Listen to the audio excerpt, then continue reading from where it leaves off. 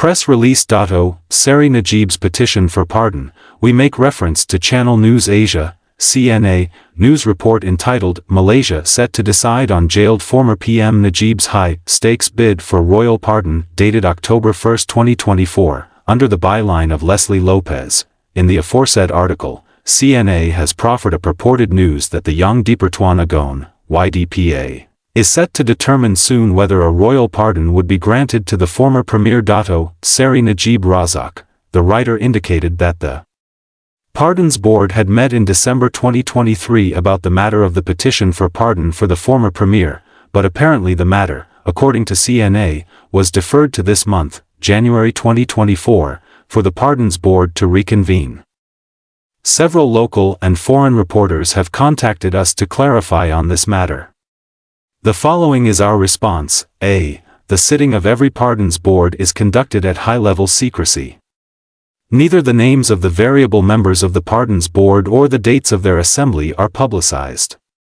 The permanent members of the Pardons Board are the YDPA himself, the Minister of Federal Territories, in the case of the Federal Territories pardons matter, and the Attorney General.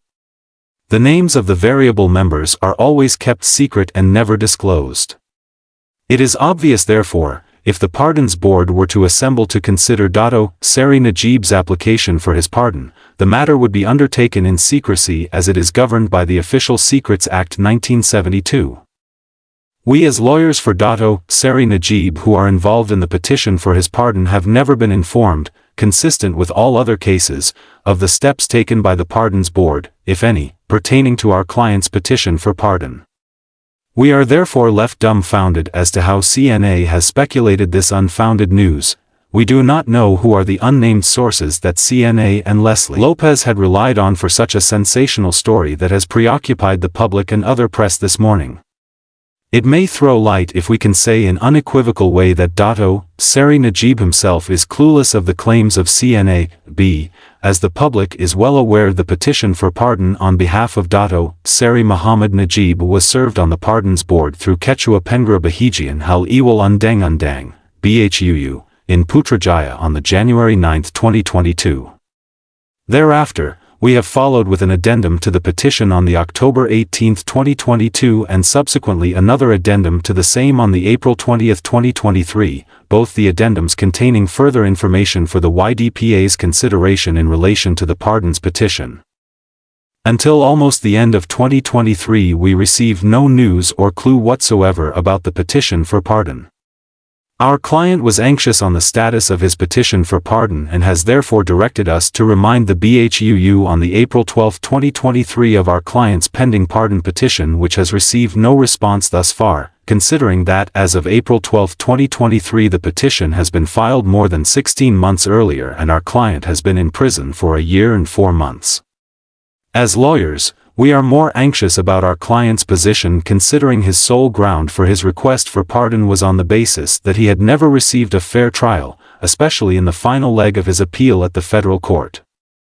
Our client therefore should not spend a day in prison. C. Considering the above, especially our letter of the April 12, 2023 to BHUU, it is obvious that as late as December last our client and us are in the dark about the state of our client's petition for pardon, and we are baffled as to how CNA through their reporter Leslie Lopez are able to provide a spectacular news in their article pertaining to the status of our client's pardons petition.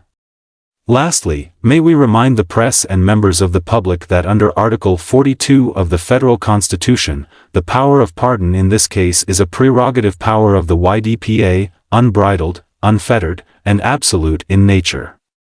It is therefore disrespectful to second-guess the activities of the Pardons Board, whose nature of work must be undertaken in absolute secrecy for it to be effective in providing advice to the YDPA.